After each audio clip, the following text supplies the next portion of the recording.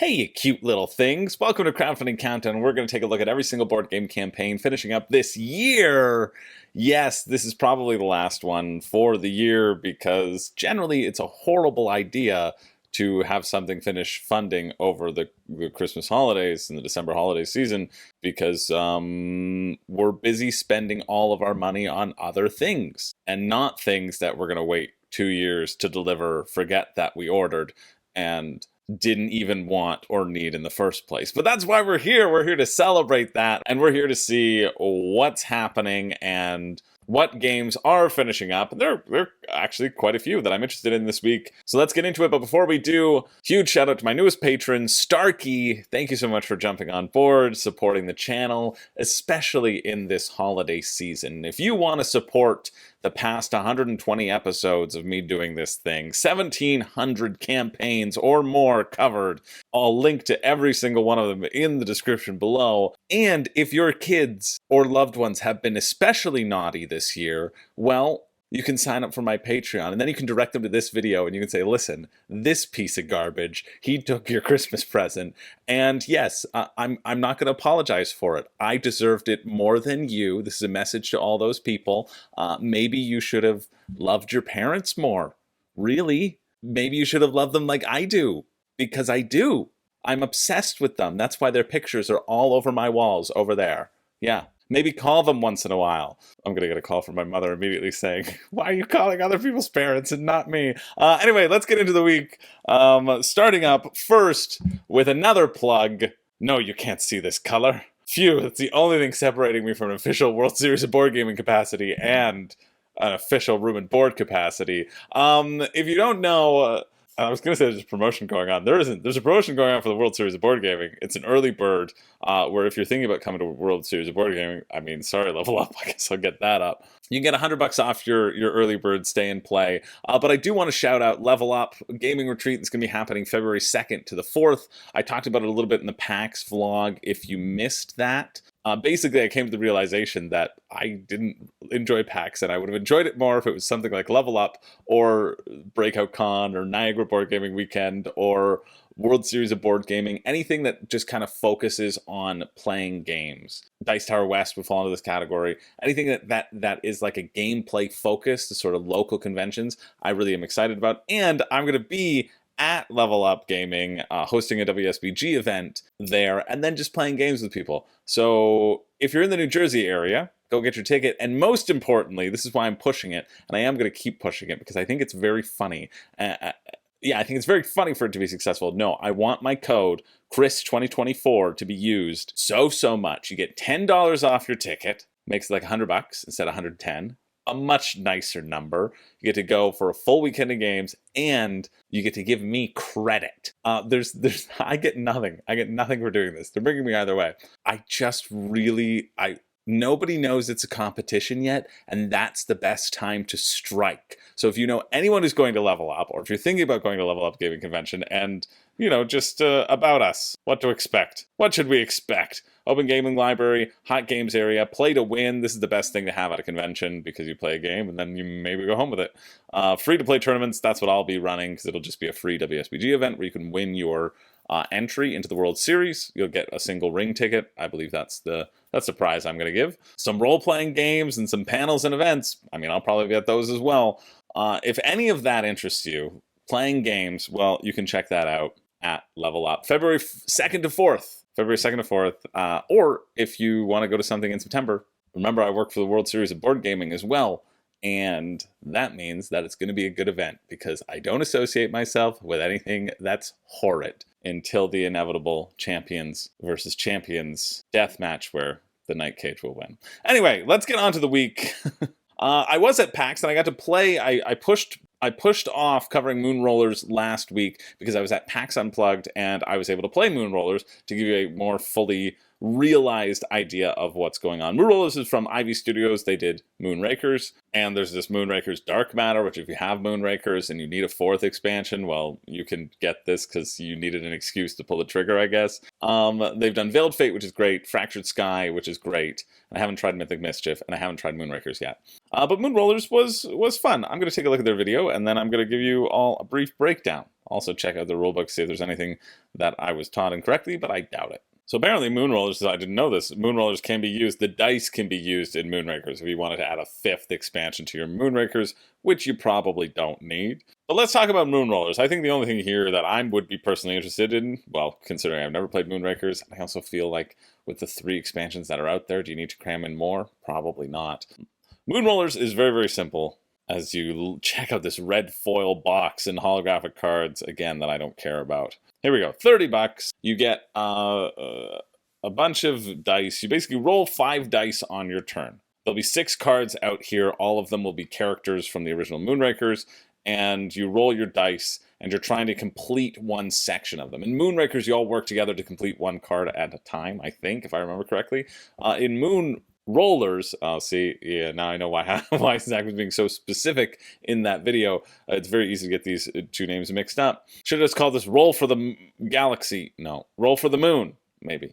Anyway, you roll your 5 dice, you try to match symbols here, and then you can lock it in. Then you can roll the remaining dice again to see if you can lock in something else or complete the symbol that you're locking in. As long as you contribute something towards the goal, say it's required 4 little yellow symbols, and you roll 1 yellow symbol, you can re-roll all your dice to roll a 2nd yellow symbol, and re-roll all your dice to roll another yellow symbol. But as soon as you don't roll a yellow symbol, then you bust, your turn is over, you lose all of your progress. And so you have to choose, am I going to continue pushing my luck, or am I not? The key that makes this more fun than what I've described is that each one of these cards has a special ability. And so every time you get that card, if you're the last person to complete the card, you get the card in front of you, and you get access to that special ability for the rest of the game. And sometimes it's like, hey, you can use this symbol as 2 of these, right? And makes chaining and completing things a little bit more effective and efficient. So yeah, I played a game of it. It was kind of fun. Very light, easy to get to the table. You're also trying to roll these purple dice because these purple dice give you extra dice. And so you're trying to cascade these dice together in a way that will get you the most points. I played it at 5. I probably wouldn't play it at 5, to be honest, because there's nothing that you really do in between your turns. And so 4 is probably better, or 3 is probably better. Just as you go around, you get more dice rolling to actually do. The game's over when somebody collects 1 of every color, so there's 5 colors, or 3 of a kind. So the maximum cards you need to collect is 9. Also, the same color abilities, they don't stack, so you have to choose which one you're going to use every round, which, yeah, all right, that's fine. Probably just to make it not overpowered and make both strategies viable. But it doesn't even really matter who triggers the end of the game, and sometimes you're pushing to not trigger the end of the game because you can see your score that's active here, and so then it kind of gets into this, okay, I've got to extend the game a little bit more, It was fun enough. $30 US. Oh yeah, I forgot about these. Every time, this was fun. Every time you complete a symbol over here that has a hazard symbol on top of it, you draw 2 of these and keep 1. These are worth points for you at the end of the game. These are great. However, the person with the most hazard symbols does not get to score those hazards. I got to put them all back. And so basically, you probably lose. I said that I was going to only go for 5s each time with the hazards, and I did not. I lied, but I had fun pretending that I was only going for 5s. Most points wins. Let's look at this Intrepid thing. Intrepid turns Moonrollers into a Moonrakers expansion. Use your dice to modify an odd collection of Moonrakers ship parts, crew, and contracts. You get 10 contracts, 1 ship part, and 1 crew. Up to 8 more cards. Well, I probably should have adjusted this. For every 75k raise, and they're at 475 right now. 478. So 6 ones. They've almost upgraded everything they probably anticipated. That should show you what they were hoping to make. They're like, yeah, we're hoping to make 600k with this little game. And they're close. Didn't hit their goal by that much. Let's check out the rulebook. See if I missed anything. But I don't think I did. It's a pretty simple game, right? And then Dark Matter, $20 for 35 cards. IV, I love you, but you're too expensive. 20 Dark Matter cards, powerless unless combined with a host. So there's a bunch of new cards, and you need to use Dark Matter to activate them. Black foil cards. Yeah, I'm sure that looks cool. And so the retail edition, basically you'll miss the foil and the hollow cards. And it'll be the same price, they're saying. So if that is worth the shipping to you, geez, $50 for these metal dice, don't do it. You can get a dice tray, that's fine. Yeah, this is the big box of Moonrakers right here. And you can buy it from the store. If you wanted the Titan edition, you could buy Titans. How much are you going for? $275. I like deck building as much as the other person, but I'm also cheaper than your average person. Okay. Now we're back to the rulebook. It's finally loaded. This is the clarification that we needed. Cressy Park. Classic Cruss Park. Is that me? Cress George. This was something that was unclear on the card, but it is clear in the appendix, and I'm sure it'll be clear on the card when you get it. Okay, what's shipping? Shipping, dark matter only, $6. That's pretty good because it's just a very small pack of cards, easy to ship. Canada, $35. Yeah, that's how it is. Here's a little pack of cards. Yeah, $35. Okay. All right. That's get it out of convention, I guess. Flat rate shipping, $10. Yeah, that feels good. It'll just be a little small box, so it should be easy to ship. If you're in Canada, good luck. That's why I go to conventions. That's the reason right there. So definitely not for a Canadian, but it'll be $40 US for, the dice will be well made. It'll be kind of cool. It'll be a light little push your luck. It's nothing spectacular, but like what push your luck is going to be spectacular, right? But, not too bad. If you're interested in that finishes today, Monday at 5 p.m. So do check it out. I did wait, so if you're interested, you better get it now. Well, no, what am I talking about? No, there are such things as late pledges. You're okay. Don't worry. But yeah, that does finish today if you're interested in that. Moving over to Heroes of Land, Air, and Sea, the deluxe reprint, a complete 4X strategy experience that will test your wit, cunning, and strategic mastery, crush your rivals on land, dominate the skies with aerial prowess, and command your fleet to rule the seas. This one is finishing tomorrow night, and I've never played it before. I've heard good things about Heroes, Land, Air, and Sea. It was in the very large death match, I think. I forget if that's what it was called, the tournament of unplayable games because you don't have the group for them, basically is what that one was called. But I've heard it's fun and is potentially worth the time, so I'm going to check it out for a bit, and I'll give you a little bit of a rundown in case you've never heard of it before.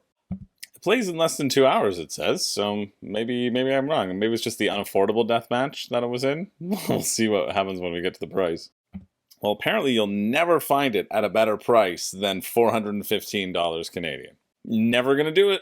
You're never going to find it for all these boxes of Ochmore.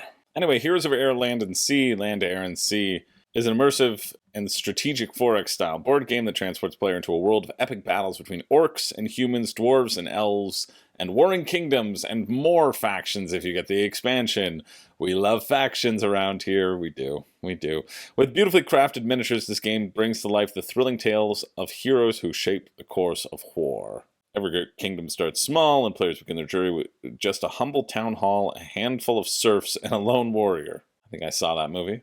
Venture out into the surrounding lands, strengthen your workforce, build a formidable army, and develop your kingdom. This requires careful decision-making, resource management, and strategic warfare. There's a hierarchy of evolution. Town halls will transform into better things. You're just going to level up everything. Gaining access to water vessels, air vessels, and mythical creatures. Oh, okay, cool. Yeah, give me more of this. Warfare in Heroes, Land, Air, and Sea employs a meticulously designed cost-reward system outlined on tactics cards that players must select secretly. Kind of like these, charge. The availability of these tactics cards depends on the units involved in the conflict. It is during these intense battles of playing one single card that players must showcase their strategic prowess and fight for victory, knowing that history is written by the victors. Yeah, knowing that you can just say whatever you want about the losers, because they're all dead. That's a nice part of human history, isn't it? Probably bad people.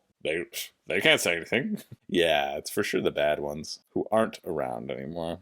Okay, cool. The two distinct economic systems. The first involves risky acquisition and careful management of vital resources such as food, ore, and mana. And the second system introduces a unique twist on worker placement where players must strategically allocate their serfs to construct buildings. However, it's important to note that these serfs could also be utilized for exploration, expansion, exploitation, or even extermination. Yeah, so you gotta balance it out. That does sound fun. With discounts as high as 30% off, you can go all in at nearly the same price as a retailer. Well, retailers are usually 50% off, so not quite. It's pretty common. At the very least, everything's discounted 10% or more. Well, we'll see what the shipping is. Additionally, you're provided with the opportunity to conveniently manage your expenses through the utilization of stretch pay. Yeah, don't worry about it. Don't worry about it costing you too much. That's a future person's problem, right? Don't even worry. You can pay later.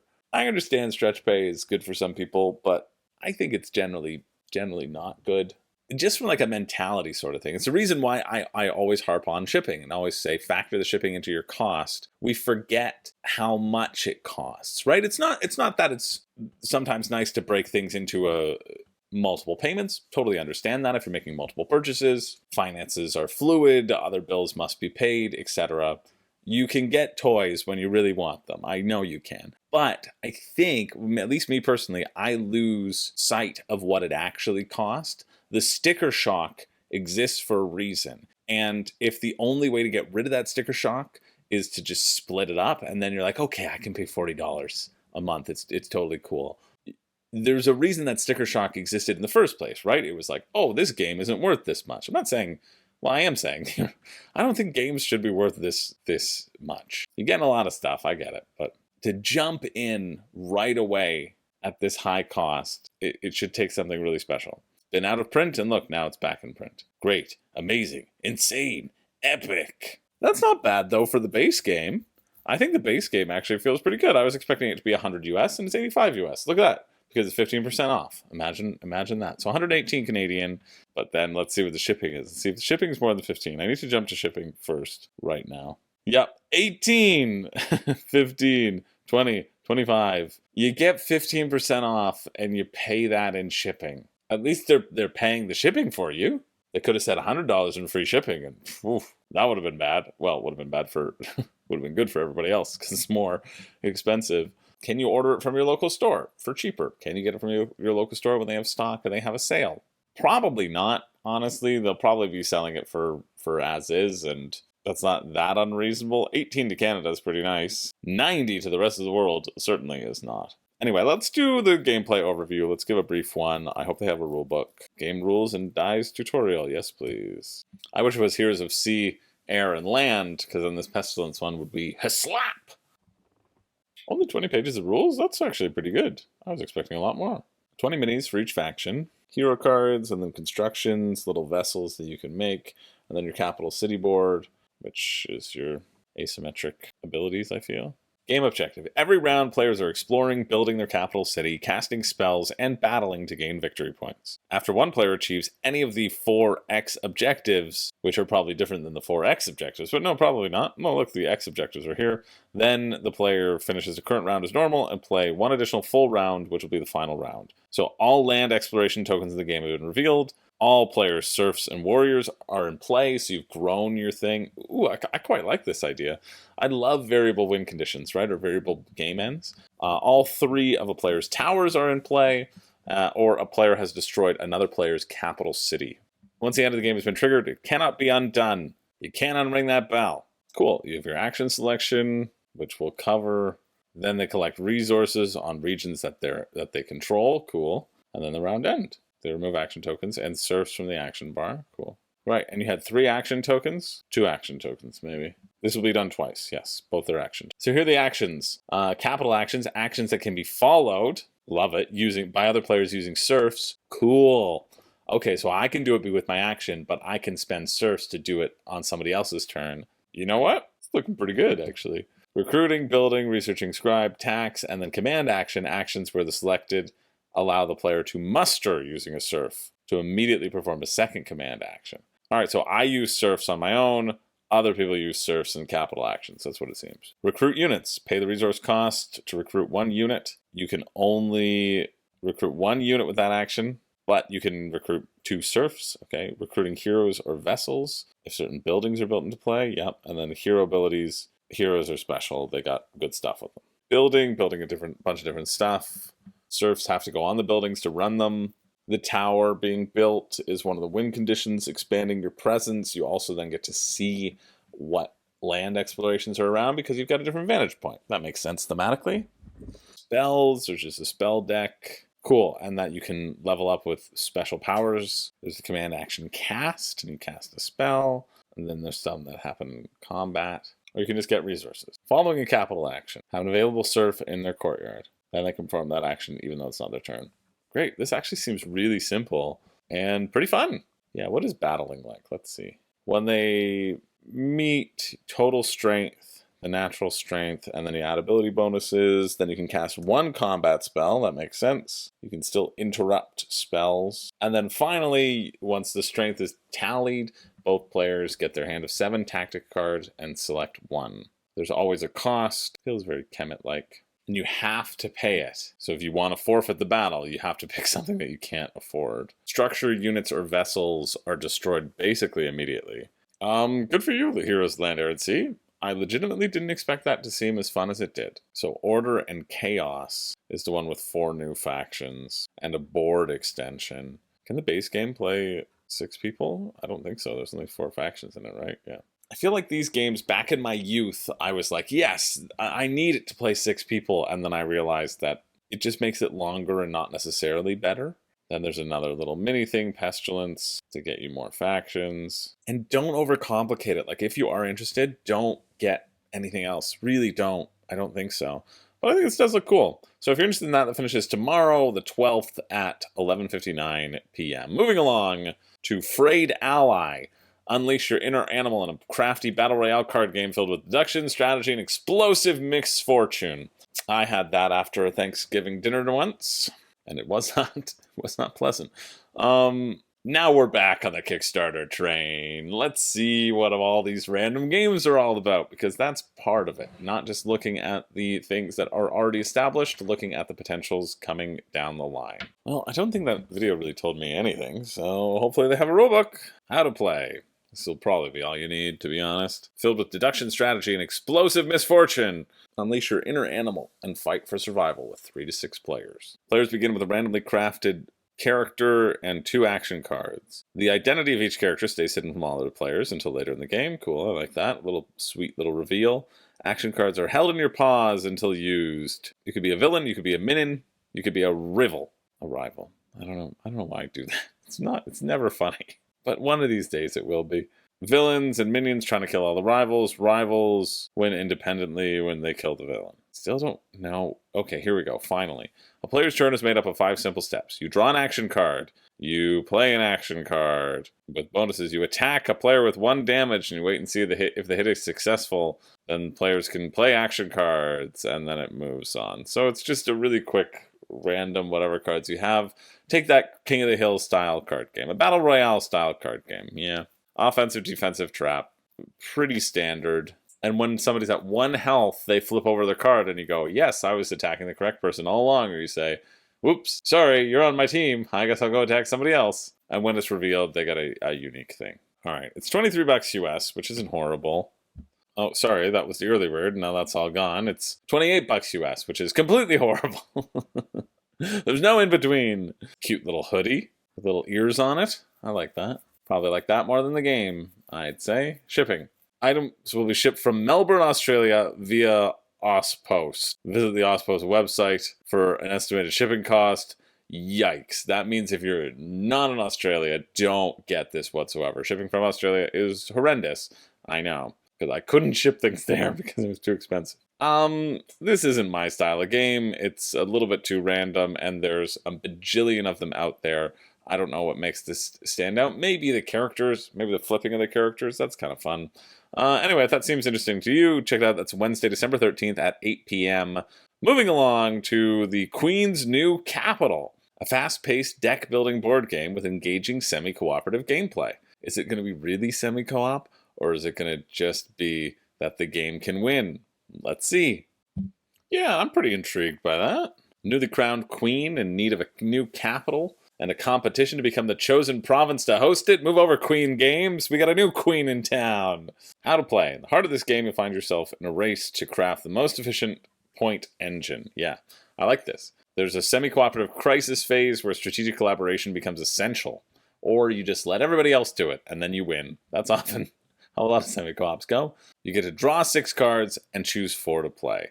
You can choose them to improve your province, getting structures, building structures in there, or get the leaders, which provide passive powers. That's also feeling exciting to me. You get this little engine building, and you're using your cards to do it. Or you can support the kingdom by deploying political and warfare cards to deal with the ever-evolving crisis. Seems like each one of these cards, there's just a few symbols on them, and you're basically matching symbols to either get points or to make sure that the game doesn't win. Suffer the consequences of inaction or gain rewards for overperforming. Okay. The warfare crisis is faced individually by each player. So not cooperative then, is it? It was faced individually. Yes, you're not cooperating. Oh, I see. The warfare crisis. Okay, that's my bad. I jumped ahead. The warfare crisis is faced individually. Everybody has to do that. And then finally, the political crisis is something that you have to commit to, and you have to balance that while also getting additional stuff. Put in the most stuff, you get a benefit. Okay, I take it back. I mean, I could have just deleted it, but I just saying I take it back is better, right? It's better. You can see my mistakes. You can see that maybe I'm not infallible, even though I probably am. $50 US. Oh, come on, have a rule book for me though. Oh, I'll be so disappointed if this doesn't have a rule book. Yeah, that's nice. They got a nice box, but I mean, I get that they're making it language independent, but it's still, there's still going to be text on it. Like, people have to learn it somehow. So whether they learn it with the text on the cards or not, just be honest that it's cheaper. It's cheaper to produce the cards that have the symbols on it, and then you just have a cheat sheet on the side in a different language. I guess if you only plan to have one print run, to limit the amount of language on it and have those player aids that you can do digitally, that's a good thing. Game manual available. I'll take it. It's not a rule book, but imagine. No rule book on this page. No, I wish there was a rule book here, but there's not. No rule book. No rule book for you. 4 scenario cards. Yeah, the scenario cards just give you an amount of time to build your engine. So you want to get to the end of your own track to put a seal on the board. That's the game end trigger. Draw 6, play 4. Green cards will give you stuff, and then red and blue cards are only for the crisis phase. Have some free actions on your board, which can let you do a few things. Scouting, just seeing new cards, supporting your main actions that you're going to take on your turn. There doesn't seem to ever be a real reason not to just commit to the crisis phase. I guess if you want to do other things on your turn and you're anticipating that someone else is going to do the crisis phase, but you still need to do the warfare spot. You always have to commit to that. And then you always need to, there's always going to be a benefit for being the person to put the most in. So I guess there's that balance where it's, did you put the most in? Have you put in more than me, more than I will? Okay, great. I'm not going to put in anything. I'm just going to put in the bare minimum, or hope somebody kind of outbids you. Could be something. Yeah, I like the idea of draw 6, keep 4. It gives you a little bit of that extra cycle. It gives you those decisions on if you want to do the stuff or not. Sitting at $50 US, though. A bunch of different factions, cool. Sitting at $50 US, what's shipping? The shipment cost $20 US, so like 70 total to get to your door. For Canada, 250, less than 250 backers cost 38. More than 250 backers cost 25. Let's see where we're at for Canada. 33 backers. Okay, well, I guess it's going to cost 38, so like 90 US, like 120 Canadian. It's just not worth it at this point, you know? Even at $70 for the US, you got to really, really be into it. That finishes Thursday, December 14th at 5:04 a.m. if you're interested in that. Let's check this out quickly. This is what you got on this show. I look at everything, even the things that I don't want to, and I do it all for you. Anything I look at that I don't want to, it's because of you. That boil on my downstairs neighbor's back, I looked at that for you. Okay, well, we're going to look at this, though. The Way of Thinking, a light, witty word game for 2 to 8 players. Create logical word sequences and guess each other's creations. Board game. Australia. Perfect. So shipping will be horrible because it's from Australia, and it might be okay, though. I can see the gist of it. I like seeing a picture of a game and seeing if I can figure out everything there is about that game. You get the screen, you get the hidden words, some hidden word components that you've jotted down. You've got all these various cards that you're working with, and you're sliding up and down, very Deception-like. And then what are these symbols? We've got a stop symbol. We've got a yield sort of symbol. I don't know, maybe more importance. Maybe these are the things that you need to stop thinking about. It can kind of adjust your clues as you're giving it. Let's see. Yeah, I was pretty bang on. Except this is ADHD, the board game. You have a bunch of cards and you're connecting words together. So you're like breakfast. The example that was given in the video was breakfast, milk, coffee. No, sorry, it's breakfast, cereal, milk, coffee, table, furniture. and you're connecting these things together, and then the group has to guess the order in which you've put these things. And each of the things have 5 different words on them. This will live and die depending upon the differences of the words and how weird your train of thoughts are. Yeah, it's $19, $30 Australian. That's pretty okay. 105 words. And then you have the hint tokens. It's like, stop, you're wrong there, you're good here, you're mediocre here. See, paper, card, deck, ship, captain, boss. But you could have gone paper, stone, or paper, stone, like rock, paper, scissors, which then could have put you into earth, because stones are from the earth. And then you could have said space, earth as in space. And then you could have said, I don't know what we're missing here. We got this thing. Space, then you could go ship. So a spaceship, and then you're the boss, because you own a spaceship, you're the boss. But probably if that was the chain, then it would have finished with light, because like speed of light, or field, like an asteroid field. And so you have to make these sort of weird jumps and these connections. Yeah, it could be okay. I don't see it taking the spot as all the other word party games that are out there, but I think it could be fun. Depends upon how you like to think, and depends upon how your brain works. So there you go. But what is shipping? That's the question. Only $10 delivered to the US, and only $10 Australian, and only $8 to the UK. That's pretty good. Canada, it's like 26 Canadian, right? So for me, it's like a $50 game. But for you, it might be a $29 game, and maybe that's worth it. Maybe it's worth $29. But if it is, check it out. The finish is Thursday, December 14th at 2 p.m.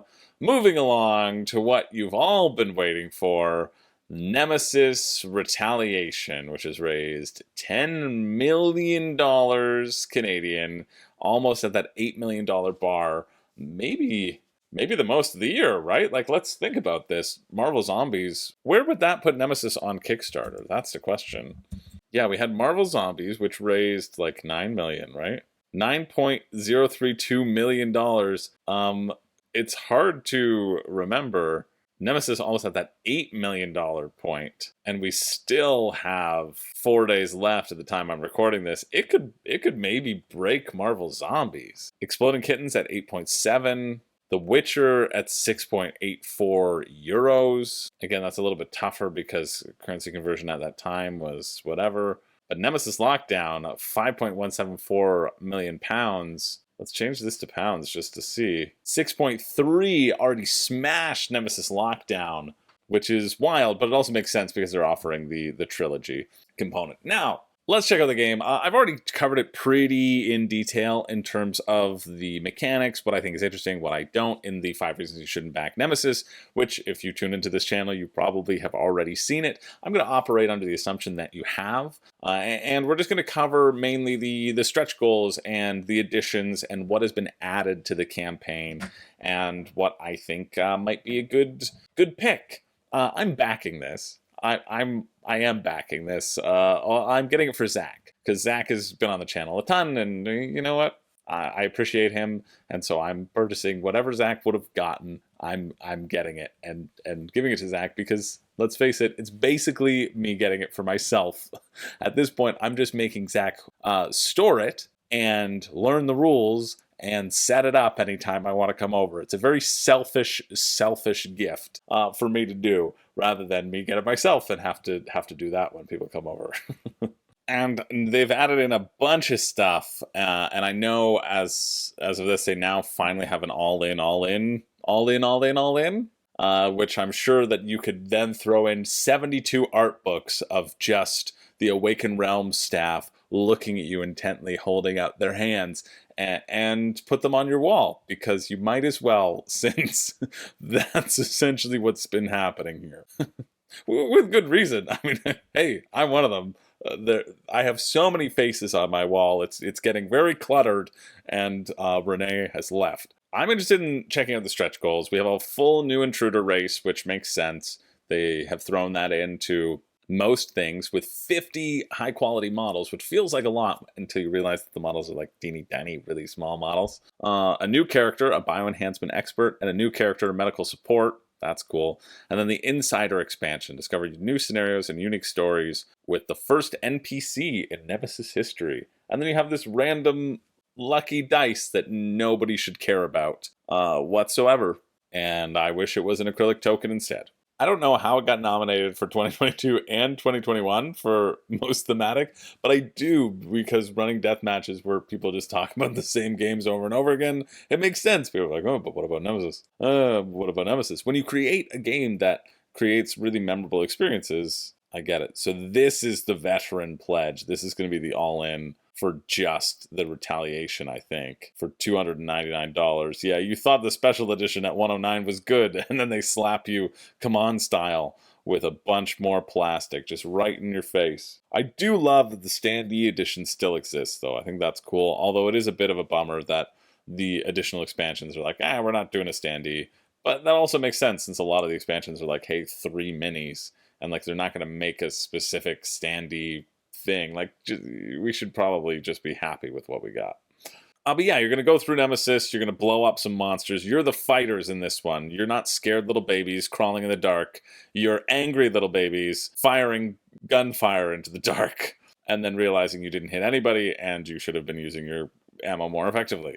This is going to be your map. It's going to be modular. Maybe the best way to do this is just to go through the updates, where you can vote for things. I personally enjoy that Awakened Realms does this with all their sculpts. They're like, hey, here are a bunch of different sculpts. You can vote for which one you like best. But I also, it makes me sad then when my own personal choices aren't picked for this ranged shooter model. These all kind of look the same to me, though. The Neo Flesh Cult. I kind of like this one. Let's see which one's winning. Yeah, this makes sense. They've been very clear since day one that it's not going to be cross-compatible. People are like, make it cross-compatible. And they're like, they're different games. And people say, please make it cross-compatible. And they're like, you don't play with the other aliens anyway. You aren't doing that cross-compatible in lockdown yet, you maniacs. Because you don't open the same box. You say, I'm too tired. And then you just open the base box. Yeah, but we want to know that we can. We want to know that we might be able to at some point. Like, we don't know how much clearer we can be. This is a different game. Yeah, but it's got Nemesis on it. So, all the votes are hidden. Come on. Only logged in users can view polls. Well, I'm logged in, aren't I? You'll see the results after you vote. Okay, fine. I'll vote for number 3. Yeah, number 2. Is it the most basic one? Probably. Always my most least interesting one is voted for. Number 4 is okay. Anyway, here's the full kit and caboodle. So let's just look at this. We have the veteran pledge for $299 that a bajillion people have probably switched their pledge to. Yeah, almost 4,000 people are getting this. Standard edition still staying strong at 1,000. That's good. So the stretch goals. Yeah, let's scroll through. We have a bioenhancement expert. Extra characters are always fun. That's easy. And then we have the new intruder race. The next generation of quantum AI of Athena 7. Designed to solve complex problems, has gone rogue. So it's just an alien race. That's the queen, I think. The mother brain, rather. And so basically the expansion is just they're revealing things about the Neo Flesh cult. New gear, don't really care. Don't really care about this burst dice. And then it hasn't been updated since day 7. So, okay, cool. That's good. What else have we got? We have the Zyrians, which is another race. Sometimes they can be your ally, sometimes they can be your enemy. That seems kind of cool. For $17, it's an easy add-on. Kidnapping your marine, transporting them to a different room. So you want to leave traces of it somewhere so that you can watch them fight each other, which is cool. And then the Sangrivores, $45. For 1 King miniature, 36 Ghoul miniatures, 8 Blood Spectres miniatures, 20 event cards, yeah. That looks pretty cool. We've had our naked ladies, we better get our naked men. Paranoia and Suspense. Special infection cards can turn your marine into a Sangrivore ally, giving you a new secret objective. I like that. I like that premise. Again, we're not going to ever get any gameplay implications, though. Oh, yeah, here we just have naked ladies with bat wings on them. I bet that was voted for. These ghouls are scary, though. These ghouls look like me going to the kitchen for a midnight snack.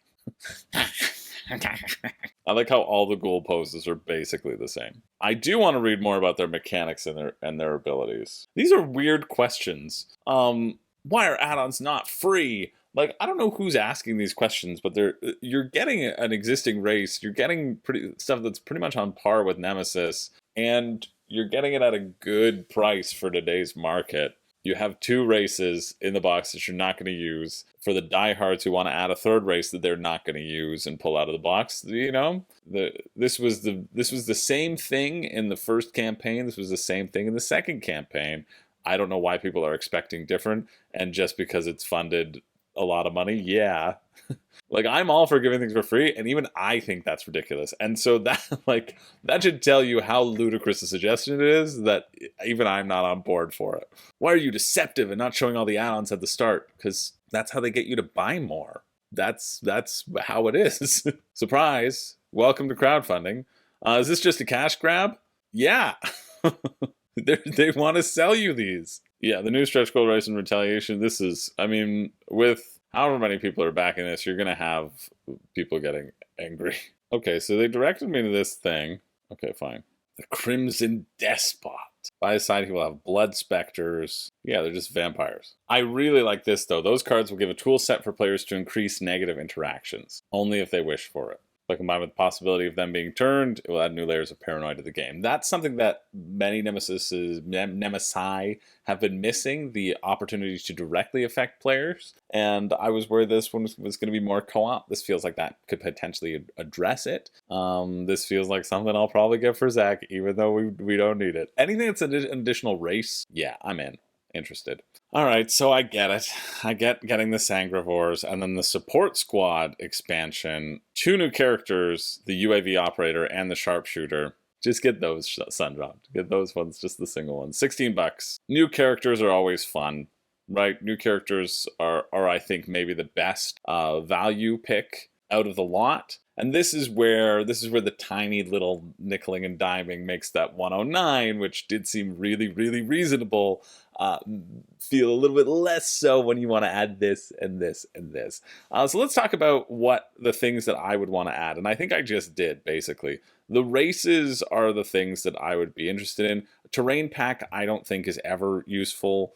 The acrylic pack, you don't need it. Right? Especially, like, do you want acrylic tokens or do you want 2 extra characters? I think the cost evaluation there should be clear.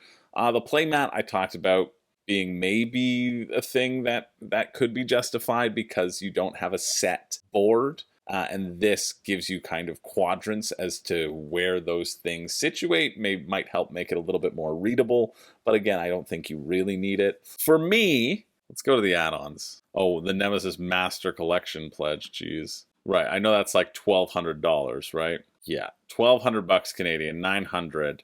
This brings you the must-have stuff. It's not must-have. Stop it. Don't get this one. Don't get this one whatsoever.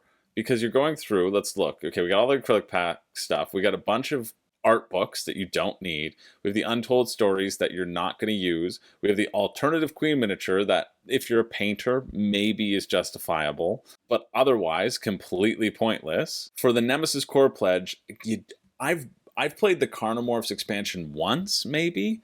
Definitely haven't gotten my value out of it.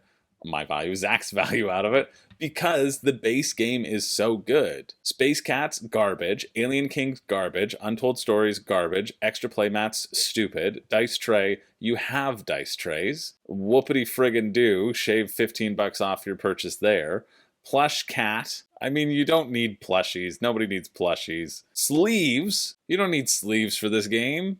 You barely shuffle the cards. There's a whole stack of items that's going to be double the size and just fall over if you get sleeves. This was the Dice Tower Kickstarter thing, which is... oh, jeez, I always do this. Promos are inherently not balanced or tested. Like, stop it. There is a way to spend a lot of money on this. Another art book, more sleeves, more sleeve. Nemesis Constructs pack? What the heck is this? I mean, these are... ugh. I hate that I like these.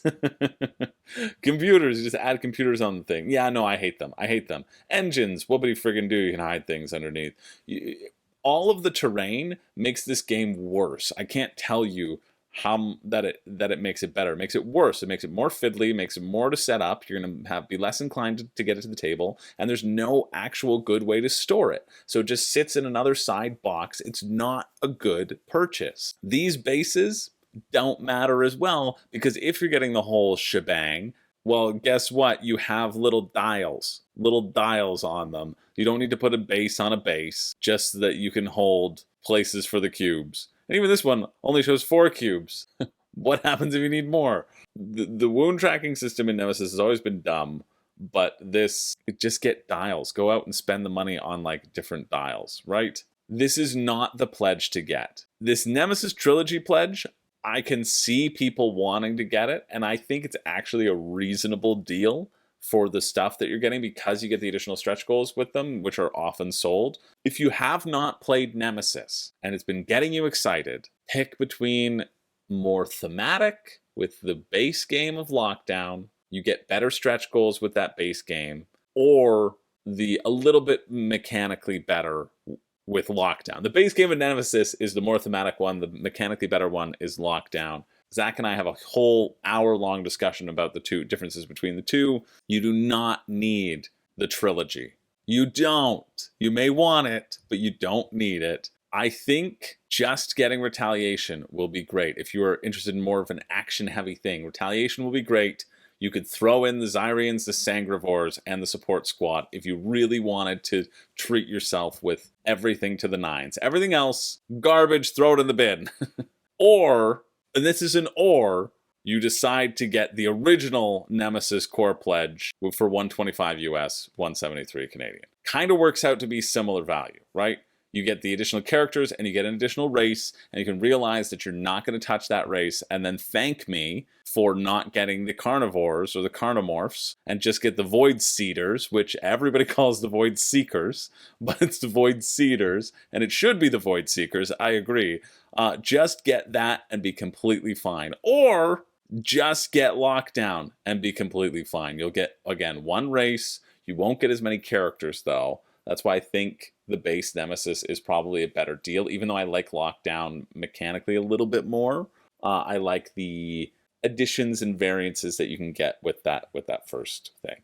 Oh, we can't jump down to the shipping because this friggin' link is broken. Shipping, I think, is reasonable. You should get single shipping because you can save yourself money. And it's not that much of a difference. It says October 2024 for the old stuff of Nemesis. That might be an accurate representation. It says April 2025 for the new stuff of Nemesis. Expect it September 2025. I think you'll be getting it September 2025. I'm calling it right now. Standard edition, $25 for shipping. Collector's edition, military pledge, veteran pledge. Jeez. Don't do split shipping, right? You Trilogy pledge is $55. Trilogy pledge is $65. That's actually pretty good. I take it back. If you're doing the Trilogy pledge, then split shipping feels decent. It's only a $10 difference, and you get your games like a year sooner. Yeah, you may want to do that. Hopefully that ran over what all the things are. There's a lot, I know, but the key takeaway should be that the base game will be completely good. It'll be completely good. Very usable, and I love Nemesis. It's in my top 20, and I rarely play with any of the additional content. Rarely. The things that I might throw in are the different characters, because those are easy to implement. I don't need the different aliens. Nobody does. Very few people do, and if you're telling yourself that you're the exception, you're a liar. You're not. But anyway, to everybody who gets it, I hope you enjoy it, and I am looking forward to it as well. So if you're interested in that, which I know you are, and you've already backed it, well, the time to change your pledge and to go down is on the 14th, Thursday at 2 p.m. Let's move along to this thing, which has raised almost $300,000 Canadian. I haven't heard of until now. Stacked. Elevate your game. Reach the summit. Strategically build a unique topographical inspired display to beat your opponent to the top for up to 8 players. Well, that was useless. Stacked and stacked elite. You're stacking things. What else? Each game is a work of art. That's how we can justify our very expensive game. Oh, early bird, $48. All right, I expected it. I don't know what I expected. 55 Canadian. 66 pieces. Okay, so you don't have your own thing. You just have the thing in front of you. Great, and I can elevate my experience, and I don't even know what it is yet, with the inclusion of an exclusive game piece that demands expert level skills. An exclusive game piece that's going to cost you $7. 104 pieces, though. Yeah, that feels like it would be better, wouldn't it? Instead of 66, you get 104 pieces for that slight increase? Oh, the early bird. So it must have just launched, ends in 0 days. So maybe it's 68, even still. But you know what? You know how they get you? They make you think, oh, that's good. Yeah, that's even better. I've upsold myself before I even know what the game is, because that's what's happened here. Great, now we have the stretch goals before we know what the game is. Here we have the rules, finally. Each player receives specific pieces according to the player guide. Okay, one of each. Lay your foundation. Take turns stacking, one piece per turn. No overhanging. One piece type allowed per piece below. Okay, so a duo can't be laid on the same piece that another duo is. No duplicate stacking. Identical pieces cannot be stacked on top of each other in the same position. That makes sense. Strategically place your pieces to prevent other players from making a play. Okay, that's the crux of the game here. With those restrictions in play, make sure you place it so that nobody else can put their stuff down. Last player to lay a legal piece wins a round. Yeah, it seems kind of fun. Elite Blue Bomber. Neutralize the piece below, making it no longer playable. So no other pieces can be played on that piece. I like this size comparison. That's nice. And that's it. This is very surprising that it sold so many copies. I think it looks fun, but especially with $23 Canadian, like, why would I ever spend $91 on this game when I could just play Acropolis or any other stacking style game? You know, the price disparity here feels wild to me. But I do not know how it's raised almost $300,000. It feels overpriced for what it is, but maybe the pieces will be satisfying. And it seems like a fun little game, but one that you might grow tired of if you're not a huge abstract fan. And I don't think there are 3,917 abstract fans out there. But hey, you learn something new every day. If you're interested in that, that finishes Thursday, December 14th at 3 p.m. Let's move along. Oh, I'm actually very excited about this. This is something that I should back. You know why? It's $0. That's right. You heard correctly. $0. This is a free campaign.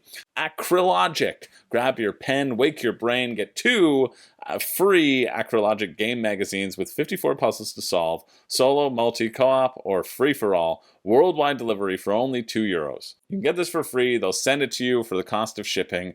And this is by the same creator who did Clash of Decks, which I would reach and grab behind on my shelf, but I realized I got rid of it because I never played it, even though I got it because it was free. But this is the model. The model is to get you hooked and to get you hooked on this game and to get you excited about it. And for €2, if this seems fun, you might as well try it out. So let's look and see what the puzzle is like, the number of different one-shot little puzzles that you're going to get to solve. And I think it's likely going to be worth it. So let's see. They really want to make sure that you know that they're French. A new day has come for Acrylogic. You can't put the H. That's not how it's pronounced. Get 2 free Acrylogic game magazines with 54 puzzles to solve in total. Worldwide shipping for €2. That's the only pledge level. It's a logic and deduction game with painting as its main theme. It's very like Sudoku. It's trying to bring Sudoku back. You know, when everybody had a book on their shelf, which I used to call Sudoku, but it's Sudoku. Solve puzzles in the form of a 3x3 or 4x4 grid. With Acrylogic, you will never be bored again. When you're in the bathroom, in a video conference, sunbathing on the beach, waiting in a waiting room, or commuting on public transport. These are the places where you're going to be doing it. In any video conference, pull out your game and don't listen to your bosses. That's what I'm getting from this. It says you can play it together. I don't know how you could play this together, though. Since we started publishing Acrylogic in the Philly Mag a year ago, people want more grids. Cool, and they're just seeing what happens. Oh, for competitive, you need 1 pledge per player. Yeah, so it's just like a timer. That's guaranteed what it is. Each square is unique. There cannot be 2 identical squares with the same number and the same color. The paint marks made up of a number or of a color located in between the white squares are the clues that provide multiple points of information. And it'll be green, so you know that there's got to be yellow and blue on one side or the other. And in a 4x4, it gives you the possibilities as well. I'm probably not going to get it. I don't really care about Sudoku. It's the same thing. But if you like those little puzzles, I think this is an extraordinary deal, and maybe it'll get you hooked on it, and that's what they're banking on. So if that interests you, that finishes Thursday, December 14th at 4 p.m. Let's move along to Star Realms Deluxe Colonial Collection. Doesn't everybody love colonialism? They do when it's in Star Realms. A beautiful, portable, all-foil Star Realms collection. This one's made completely out of foil, which I thought was a bold choice to just have it be completely out of the same type of foil as well. There's not really that much definition. It seems more like somebody took a sheet of aluminum foil, cut it into Star Realm size cards, and then just wrote Star Realms on one side and drew a picture of a very weird spaceship on the other in marker. And then they said, oh no, we need more foil. And then they wrapped that in foil and said, do not open. That's the prototype that they gave me, which I thought was a little weird. But I guess, you know, it hits a niche. It's a niche for a collector. Yeah, okay. Because we want to get this out to you really quickly, we're not doing any stretch goals. So there's not going to be that extra card. Putting in that extra card and then printing it and putting it in the box, that would make our shipping timelines be through the roof. So don't worry, we're not going to be doing that for you. Don't you worry. Thank goodness, thank goodness. Or you could just say, we're not doing any stretch goals, because nobody does. They're all made up. Our stretch goals would be make it all foil, but that's the deriving point of this campaign. So that's well, that's what we're doing. So no stretch goals, because, well, it's all foil. Let's see what this price is going to be first. Just foil cards and dividers tier is $80. Like, Star Realms, Hero Realms is a fantastic game. Star Realms, I can only assume, is equally fantastic. But you can get it for $20. I don't understand the fascination with the shiny. I mean, I do, because we're all magpies at heart. Sorry, a magpie, to be clear, is someone who's a fan of Maggie. Well, that's my name. Yeah, you. Why would you say something like that? I know. Well, because you're my sweet little pudding and pie. You're my sweet little cupcake. That is the truth. Yes, it's the truth. Well, how could we have a final end of the year episode without saying hi to the love of my life? Well, I love you too, That's sweetie. true. Hey, you're talking about me, wise guy, the love of your life. I mean, I don't want to offend you, but you're not. What are you talking That's about? the rudest thing I've You ever certainly are not either. Oh, who's this weirdo? Yes, I know. Yes. Yeah, I know you would. You're oil Yeah. star. Maggie, I'm sorry that you had to. Well- Well, I know you're intimately familiar with Pablo. Oh, Yes, she well, we is. had ourselves a spicy time, didn't we? Yes, we did, baby. Well, it was a beautiful evening. Anyway, Lots of spicy pepper. I'll remain a magpie, true and true. What was Of course you would, my Yeah, dear. we know. Yes, and maybe Come we'll on, slip baby, into let's get out of something here. And that's all I really want to say. All right, well, Okay. ta-ta, my love. Kiss, kiss. Kiss, kiss. Stop, not you. Okay, fine. Kiss, kiss. Sorry about that. Who would have thought they all came in at the same time? Not all of us. Okay, Oh, all right. you forgot about You're not. me. You're barely a character, Biggie. You're What? one note. Oh, anybody You're- want any bacon? I'm sorry. You're I'm baking sorry. me so I didn't mean to call you sad. Piggy. I meant to call you by your name, Megan Bacon, but I forgot in that moment. Yeah, I was startled. Oh, startled you to hell. What have we gotten ourselves into? I don't care to look at this campaign. I don't. So that's going to be the coverage of it. Just foil and cards with sleeves. Okay, it's $100. Now, if you want the deluxe edition, it's $121 Canadian, 89, and then additional shipping, which is 15 to 25, 25 to 39. Bad, but standard. This looks like a cool little edition. You don't need it. You can get Star Realms for $20. But if you love the shininess, well, that finishes Thursday, December 14th at 10:15 p.m. Moving along to Fire Noodle Eating Champs, the dice game. Face off in this portable mint tin-sized real-time dice battle to become the Fire Noodle Eating Champ. I tried to be the Fire Noodle Eating Champ once, and I was filled with explosive misfortune. This game is what people shout at me when I walk down the street. Hot, hot, hot. They just scream it at me. Anytime I walk down the block, I feel a little good of myself. They're yelling, hot, hot, hot. I mean, to be fair, it could be because I do live on the block where there's also training for the world firewalking competition. They're setting it up and they're practicing, making sure it's okay. But I'd like to think it's me. Come on. All right, seems pretty simple. You're rolling dice as quickly as possible to match the symbols. But my favorite part is that on the dice, there's a little baby face for you little babies who can't eat spicy food. Come on, where's the baby face? There it is. And they get taken out of contention. You can't re-roll those. Unless you want to re-roll everything, including stuff that you've already put on your noodles. There you go.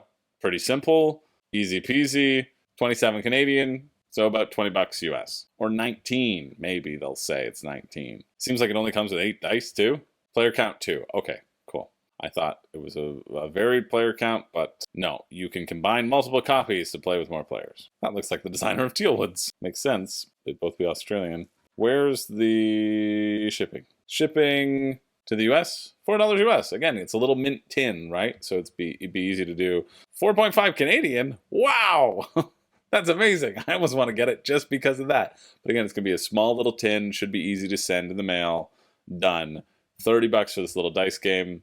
It's up against Moonrollers for double the price, right? It's $40 US for Moonrollers, or it's like $23 for this. Depends if you like real time or not. I would go with Moonrollers personally. It's hard to compare against the big boys. But if you're interested in that, that finishes Friday, December 15th at 3:01 a.m. Moving along, we're not covering this. Just quickly, I wanted to have a little bit of a moment of silence and thoughts and prayers for Gary, because he's got some major problems with his appendix. This is issue number 4, and any more, and it's gonna burst.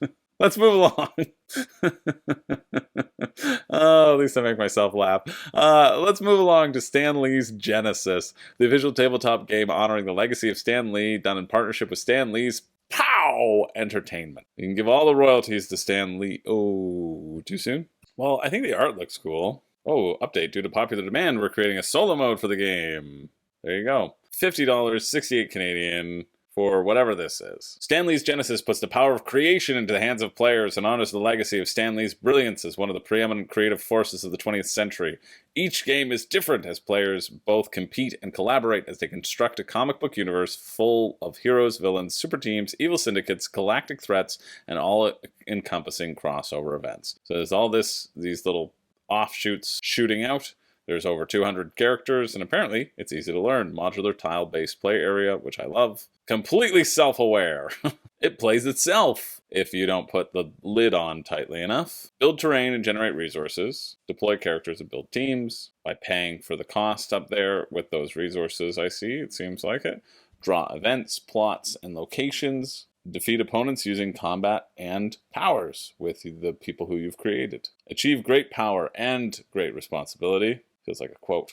Cool, and then we're gonna 100 character cards. Oh, because the other ones, 100 character standees, alright. But all the other ones are gonna be in the expansions, I guess. As we see the expansion set in the little sidebar. Expansion 1, Space Cadets. Ooh, more characters. That's good, because you didn't have enough. Oh, more characters. Are they all just the same cards with different symbols on them? Seems like it. And some event cards. Okay, who cares? Oh, can you imagine what's coming here? More characters. That's fine. And then if you spend $1,000, you get to be in the game.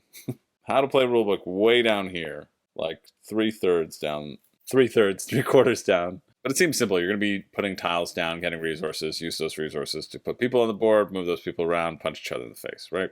That seems to be it. Oh, this is just, you know what? I like it. It seems like they just copy and pasted the rulebook on the page. So a player owns their own nexus and it can be built out from there, okay? If the tile is a resource, but you're just drawing and placing a terrain tile, so it's not like you're having a choice of that, and then you're rolling dice, draw an event card, draw a character card, place an extra hex tile, or pick a resource, and so it doesn't seem like you really have any agency in that, either. The D6 is for movement, so the other one is you can see how many spaces you can move. And then combat, you both roll a dice. Whoever wins, you get a resource. Oh, and this is a catch-up mechanic. Responsibility tokens must be spent at the end of each turn. You decide if everybody gets an extra die roll, 2 extra tiles, an extra resource. So this great responsibility that you have to bestow upon the people who aren't as lucky as you are. I mean, it feels like a very fun theme, but unfortunately it feels like a very gigantic luck fest of movement only on a die roll, even though I do love this crazy ace guy. You could be a new character, I think. Crazy ace, aren't we? And then shipping to Canada is $40, of course it is. Oh, so it's like over $100 for this luck fest roll and move game. Cool art! Absolutely cool art. I don't think the game here is going to be very exciting. That finishes Friday, December 15th at 7:03 a.m. Moving along. This has been backed by 8 people. It hasn't hit its funding yet, so technically maybe I'll cut it. But I just need some connection. You saw how my journey of connection is going with my sweet Maggie and her little magpie over here. A board game for romantic connections. I can explore deeply with my loved ones with this question and answers board game. Great for date nights and connecting with your partner. I want to know what sort of questions are in here and how I can forge a romantic connection. Because this is true. I'm gonna ask you all this, and you're gonna have to respond in the comments, and we're gonna all fall in love. It's fine, okay? Maggie and Renee are both okay with it. We've got a thing. A journey of connection. Roll the dice. Devilish dice! No, different one. Move round the board. Discuss meaningful themes. Okay, so here when you get the little kissy, dance together, put on your favorite music and dance together. Let go of inhibition and enjoy moving to the rhythm. That's not a question. Last time somebody asked me about my favorite song, they made fun of me for it. We did not dance. We cried. Future vision. Imagine and share your ideal relationship together. Discuss your shared vision for the future, including hopes, dreams, and aspirations. My ideal relationship. I could get in a lot of trouble here. No, I couldn't. I'm very open and honest about it. But you don't get to know until you're in it. Basically, it's board games. Come on, it's board games. It's just play board games 24/7. That's all I need. Do I have a one-track mind? Yes. All right, give me some more cards. Yes. Trust. Discuss what trust means to both of you in the relationship. And share instances where you felt most trusted or trusting. That's actually a really good question. Good relationships founded on trust. Compliment shower. Yeah, this isn't love bombing. It's a compliment shower. It's different. Take turns showering each other with heartfelt compliments. Each player must give their partner at least 3 genuine compliments, highlighting their unique qualities and their strengths. Also good. Also bad when you can't think of them. That makes someone feel very bad. I'm doing this new thing. Okay, I'm done this. I thought there'd be more of a joke funniness here, but like I think it's just like therapy. You want some therapy? You want to like have a game tell you hard questions? Okay, or just have those conversations like an adult. But something I like to do, I like to tell people now compliments behind your back. If I hear somebody saying something nice about someone who's not there, well, you better get ready, because the next time I see that person, I'm going to tell your secrets. I'm going to tell you a sweet little compliment behind your back. I'm going to tell you that this person genuinely loves your company and was saying how much they cherish you to when you weren't around. And won't that make you feel good? I hope so. That's the intention. That's my new thing that I like to do. Compliments behind your back. So do that. Let's move on. Okay, let's move along and check this one out. Musical Mayhem, a musical theater card game. This is technically the last one of the week. All of these, there's 5 of them, and more might pop up. I might make a crowdfunding countdown next week, just because, well, one, I want to end this. No, we'll probably cover it all. I don't think there's going to be anything that pops up. Anyway, let's see what this musical Mayhem is, which is a absolute must-have for any musical theater fan.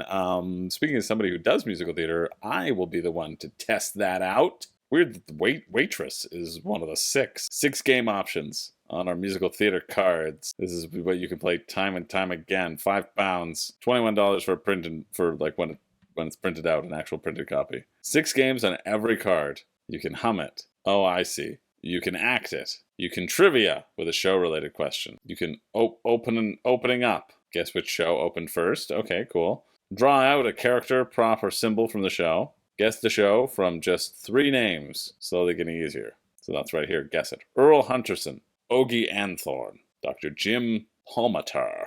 Yeah, you know what? I was prepared to not think this was good. I think it would be a solid trivia game, and then you cram 6 different little trivia games into it. Per card, right? Provided that there are a bunch of cards. I wonder how many cards there are going to be. Doesn't say. Do you have anything to do with shipping? Nope. About the product? 50 cards. There you go. Let's see. Is there shipping on here? Oh, it only goes to the UK for £3. That makes sense. They're doing it internally. Yeah, so if you live in the UK and you love musicals, then you're the only person who saw Hamilton there. My friends went to the UK for their honeymoon, and they said it was much easier to get tickets to Hamilton because they weren't as much of a fan over there. Which I thought was good. All right, anyway, that finishes Tuesday, December 19th at 7:25 a.m. Let's keep it going with The Other Side of the Hill, the game. Experience World War II as never before. Oh God, I hope not. I don't want to experience World War II. That's why I sit at home. From the other side of the hill. I don't want to experience it. Oh no. I hope this is not what I think it is. I don't know what the other side of the hill means, and I'm worried I'm about to walk into something very Nazi foot forward. So let's fingers crossed. That's not what that means, that it's just like a different battle. I don't want to experience it like never before. Nope. Not gonna play as Nazis. That's not something that I want to do. This is a historical board game that focuses on the German generals of World War II and tries to explain how, under the orders of a fanatic who had seized power with their connivance, found themselves pitted against the largest army. Yes, allows players to simulate for the first time the effects of command dysfunctions in a totalitarian state at war.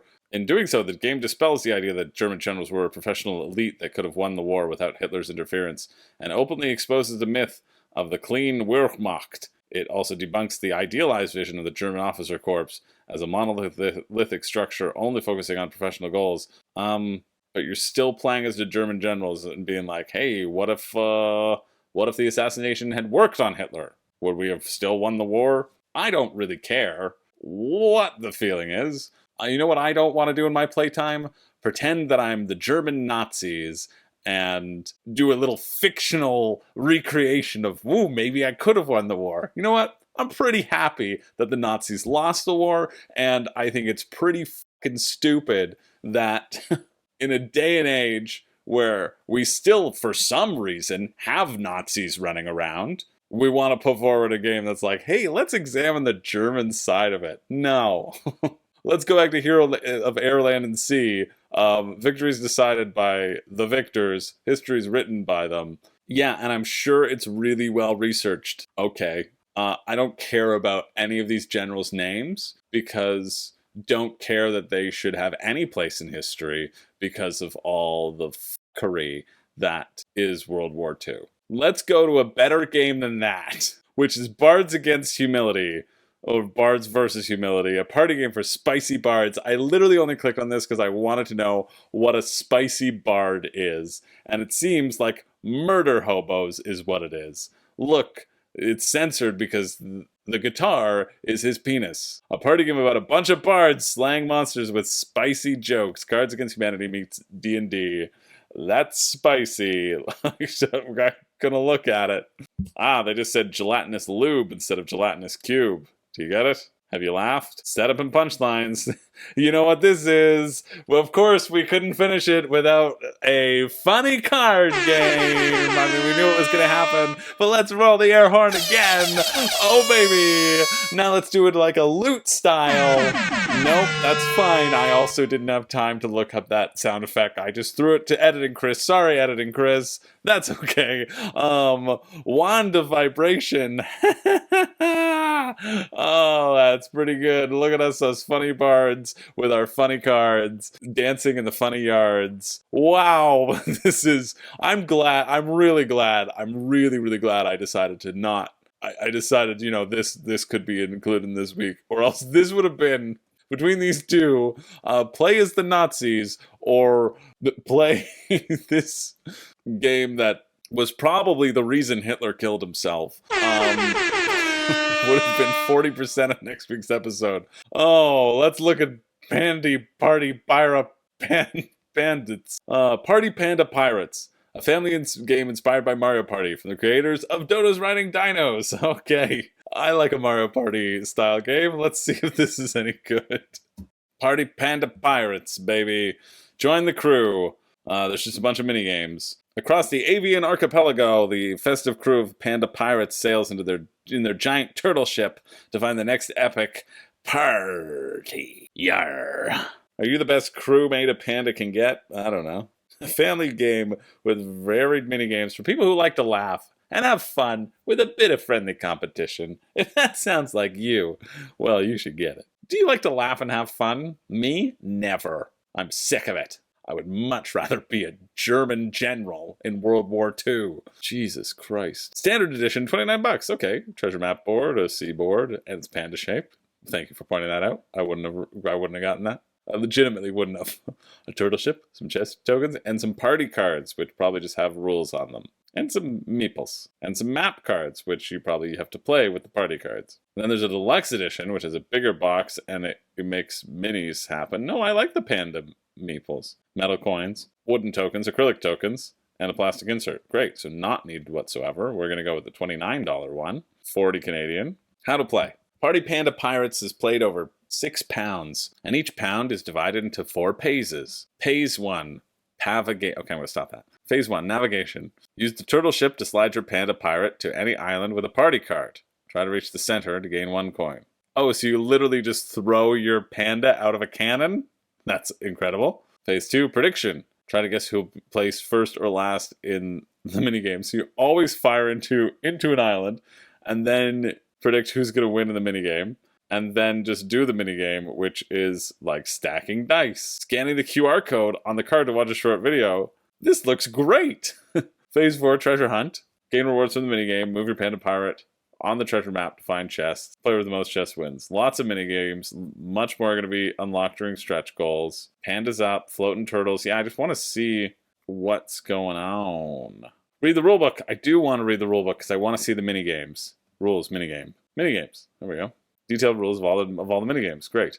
Floating turtles. Last one standing. Form a 6x6 grid with map cards. In each turn order, each player places their Panda Pirate on an unoccupied card. It's not adjacent to an occupied card, and then you flip it, you move it over. So you're just like moving things around. That's a minigame. Yep. Termites in the mast. Take your dice. Place your dice in a tower. Don't knock it over. Confetti cannonballs. Deal 8 map cards. Place the lid of the game box onto the board. You throw them into there. Done. Gather the crew. Shuffle the deck, map side up. Separate it to form 2 decks of similar heights. It's just Russian roulette. That's it. All aboard. Most objects on the turtle ship. Place the turtle ship at the center of the seaboard. You take 4 dice, 4 silver coins, 4 map, a Panda Pirate meeple.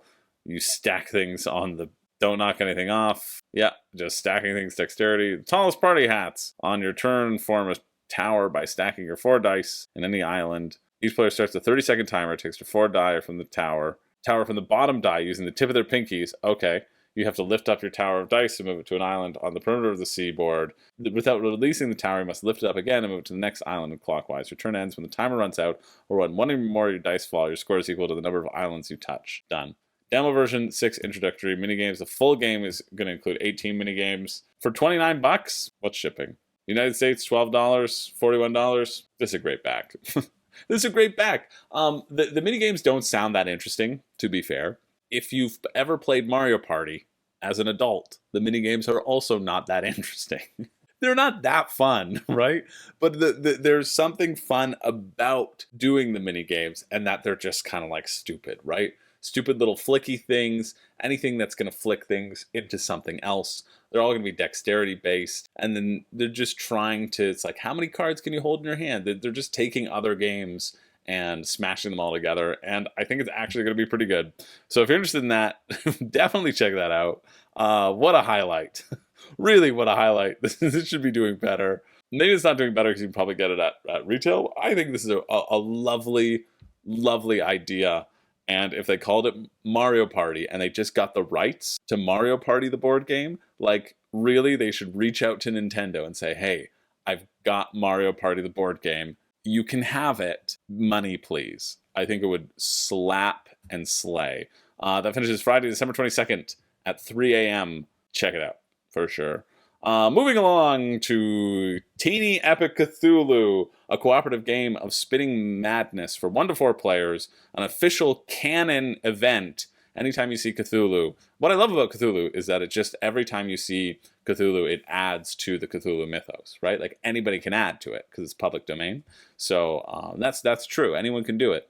And it becomes officially canon within Cthulhu, which I think is great. I think that's pretty great. So let's see what is now officially Cthulhu canon for all other Cthulhu games to build off of with this. Gamelin Games' second fair. Gamelin Games also is behind Heroes, Land, Air, and Sea, but we're going to check it out with Cthulhu as well. Now, don't worry. It will plunge you into unfathomable chaos and spine-chilling horror. You see this little tentacle in the middle there? Watch out, because getting this game, you'll be plunged into unfathomable chaos. That is what they're offering here. That is the promise of this game. All right, what's in the box? What's in the box? Cooperative game crafted for 1 to 4 players. The town of New Arkhammoor. The innovative spinner. I think Twister beat you to it. And Life. Co-op bag building. Well, that's potentially something. Although it's blowing Rado's mind right there. It completely reinvented his idea of what a spinner is. So watch out. I think Rada's been traveling too much in the Midwest with the pizza sign spinners. Do they have that in the Midwest? I don't know. I just picked a random place that people drive RVs through. The front can only point at 10 things, and the back can point at 15 things. Okay, so it's just 2 spinners. It's just two spinners. Would we like to see it? I don't know why I'm critiquing Rado right now. This isn't the R&R show. That's for later. That's for tomorrow. We got the top 5 Stonemeyer games, sponsored by Arcane Wonders. Board game companies working together, I guess. Jamie Stegmeyer is going to be on it. So that'll be over on Twitch, Rado's Twitch, if you want to check that out at 3 p.m. Eastern-ish. So those outdated memories, like, is this a new reprint then? Am I missing the boat here? What is this focus on a spinner? It's just a spinner. Maybe I'm devaluing all of the spinner scientists that have been working tirelessly around the clock. I don't even get it, so it's okay if you don't. Our spinner sets itself apart from its predecessors. That sounds like something Cthulhu would say. Collaborating with Dice to offer an enhanced digital version of the Wheel of Madness. Okay, so you can just spin it. If you don't want to spin it, if you don't want to take into account all of the spinner scientists that have been working tirelessly, well, you can just use the digital version then. That'll randomize it for you like a random roll of a dice. You are going to get a whole crap load, though, for $25, really. Oh, this is just the retail version of Tiny Epic Cthulhu. It doesn't include deluxe content or premium print and play. The deluxe game is $30, so that's why there's 70 and then a bajillion people. And then the Cult of Chaos is $40. The best deal? No. Go for the 30, I'd say. I assume the deluxifications are these wooden tokens. Maybe not, though. What's the deluxe content? Oh, here it is, right here. Imagine that. Just a bunch of tokens and some extra stuff. Okay, you don't even need it. Just wait for retail then. Give me the friggin' rules, please. Thank you. Third of the way down the page. Tiny Epic Rulebook. Jeez, like, I gotta give Dized another shot because they taught me how to play Night Cage, and, well, that was not a good time. Okay, here's how to play. This is their how to play section. You spin the spinner. Once the spinner stops, the active player will access the location of the pointer. The active player will complete the spinner action. You pull tentacles from the bag. The active player will pull tentacles from the bag based upon the number shown to the right of the strength token on the Great Old One mat. Okay. Then the active player will add a shambler matching the color from the town card based on where the tentacle end of the spinner is indicating. So it's a blue tentacle, and then the Great Old One goes to where the shambler exists. So it's a blue shambler. Yeah, this is a bad how to play. Let's go to the rulebook. I don't even know why I like to start there. Game is played in 2 phases. You got to collect all the 25 pages of the Necronomicon and collect the runes needed to close portals. You also have to banish shambling minions and manage the madness. And then 2, you have to seal the portals in addition to your normal action. So you spin the Wheel of Madness and then you take actions. Seal 6 portals to win. It's basically, there's going to be a bunch of different colored tentacles. They're going to slowly fill up over time. You got to take actions to pull those tentacles off of various locations, managing all 6 different locations. Kind of tower defense, right? In a sense, mechanically, I think. You don't know where the stuff's going to go. You're pulling things out of the bag. You're going to be putting tentacles on Cthulhu, and then it's like, oh, the strength goes up. So you want to make sure that the strength doesn't go too far up, or else Cthulhu wakes up and gets mad. I do like that there's a chaos track that you can kind of push your luck and take additional actions with. Cool. And your abilities are dependent upon the number of tentacles that you have on your player sheet. And so basically you're collecting tentacles as a resource, but you also can't have too much of that resource. That's what I think is interesting here. That idea of, yeah, I want to hold this resource, but I can't get too much of this resource, and I got to spend it before I go insane. I've always thought this about the Tiny Epic games, that they're generally a pretty good value because they cram a lot into it. It's $41, right? $41 for a little small game, and the amount of game in the box is always significantly more than the box size. It's true, that's their mandate, they cram it full. I can respect that a lot. I also didn't really enjoy Quest, and that's my only touchstone of the Tiny Epic games. And I don't know if it's weird because, like, I reach for Red Cathedral a bunch and really enjoy it and really enjoy the chonkiness of the game. For Tiny Epic Quest, I think I just didn't like the game that much, and so that's why I didn't reach for it. If it's a good game, you're going to reach for it regardless of if it's small or if it's large. It helps you justify getting it on your shelf and holding space on your shelf even if you're not playing it. And I think that's well, it's a good business model because it'll be on a bunch of people's shelves, but it also isn't a good excuse for it to stay around in terms of like culling or purging purposes. But it doesn't look bad. If you're a big fan of that, it's raised a bunch of money. I imagine the Tiny Epic games are always a pretty big hit. Tiny Epic Vikings looked fun because it was just Blood Rage, right? This, it could be okay. I think the pieces are going to be fun in it, but the gameplay doesn't like blow me away, but I'm not a huge co-op guy anyway. So that finishes Friday, December 22nd at 11 p.m. though, if you're interested. And then finally, I want to look at this because it finishes Sunday, December 31st, and it's a murder mystery thriller game called Thin Ice. Uncover a thrilling mystery set in the depths of the Antarctic in this print-and-play social deduction game for 5 to 7 players that runs 180 to 240 minutes. I'm intrigued. And of course, let's finish with a print-and-play murder mystery. Why not? All sorts here. We had to cover all the bases. We didn't really have any print and plays this week, so we gotta finish up strong. Episode 120 of Crowdfunding Countdown, 2.5 years later.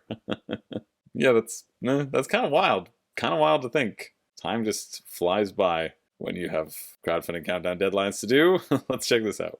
Well, it certainly set the mood, didn't it? The story. Welcome to the Aurora Research Station in the Antarctic. A small scientific team is working on their research projects. However, this work has literally been put on ice for over a week.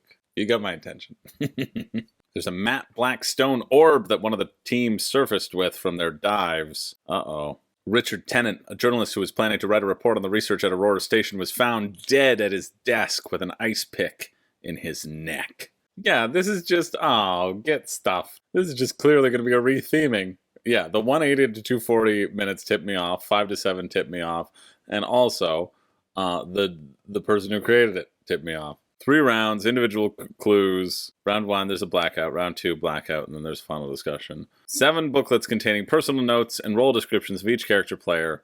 Okay, so it's basically, so they're new characters at least. Of course, you have Dwayne the Geologist. You get it? Dwayne the Rock, I'm right there. I'm right immediate. You'll know the outcome of the game after you solve the case. If you want to play the game again, you can do so with a new group. Yeah, okay, cool. So this is just another sort of just a new story, a new mystery. If heavy lies the crown. I mean, this theming feels a lot more exciting and fun to play than this just sort of generic medieval. That's a direct. That's right. That's how you say it. So yeah, check it out if that other one looked good. And I mean, I don't know what to tell you. This is the end. Goodbye. That's it. That's it for the week. But every week, it's not it, because every week I do a pick for me and a pick for you. The pick for me being the thing I'm the most interested in. Pick for you being the thing I think if you get, you will enjoy. And I mean, there were like 3 good things this week. 4 good things this week. The 4 good things were the Mario Party one.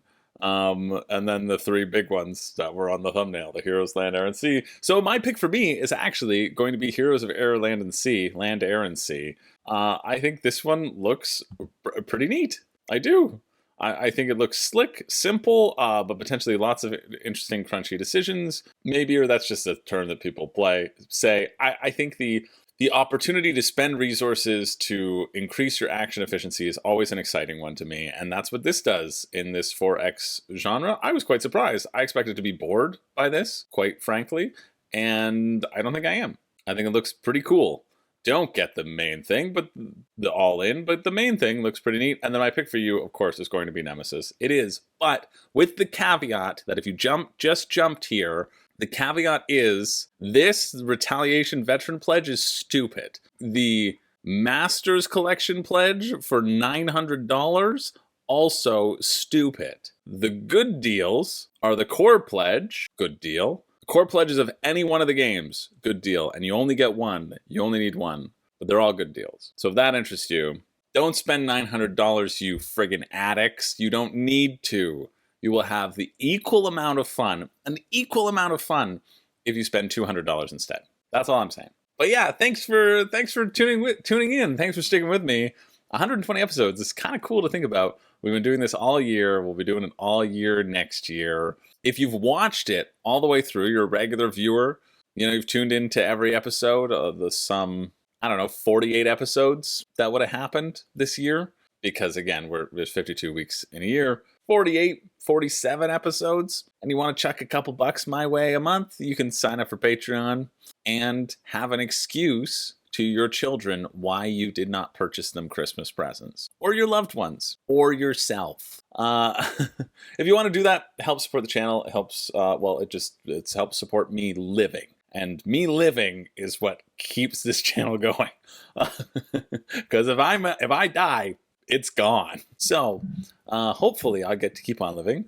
That's my goal for 2024. And just thanks for being here. I'll probably go through and let me know if you're interested in this, and if you're not interested, actually let me know if you're not interested in it, because I'm just going to do it anyway. But I'm going to go through and go back through all the campaigns of the past year, and just kind of go through and click on the ones that I remember and still kind of stand out in my mind. I think that's valuable information, the things that could potentially be exciting. And then of course I'll always do a sort of roundup of all the $1 million campaigns. Especially with doing the 5 reasons you shouldn't back, I like to be able to highlight the positives and rank them in terms of excitement. So that'll be any campaign that's raised over $1 million, whether or not it got an official 5 reasons or not. We'll have those sorts of lists coming out as well in lieu of the other crowdfunding countdown stuff. So hope you have a wonderful day, and appreciate you being here. Pinch that little like button, of course, in case you forgot. You should just automatically do it. You see my little cheeks? You say, I want to pinch something. And you pinch that little like button. I just appreciate you being here. I appreciate seeing you all in the comments, chatting with you all, hearing about what you're excited about, hearing about what games you got. We all like getting games, and we all also like to window shop. There's never going to be a world in which we can play all these games. Certainly not. But we can at least look at them and talk about what kind of looks cool, and look at the industry a little bit and advance our knowledge of what's out there, and look forward to doing even more in 2024. Anyway, my name's Chris George, in case you forgot. And oh no, I forgot. I don't have a catchphrase. I had one, but now I forget. But hope you're having a great day. Yes, you cuties. And I'll see you later.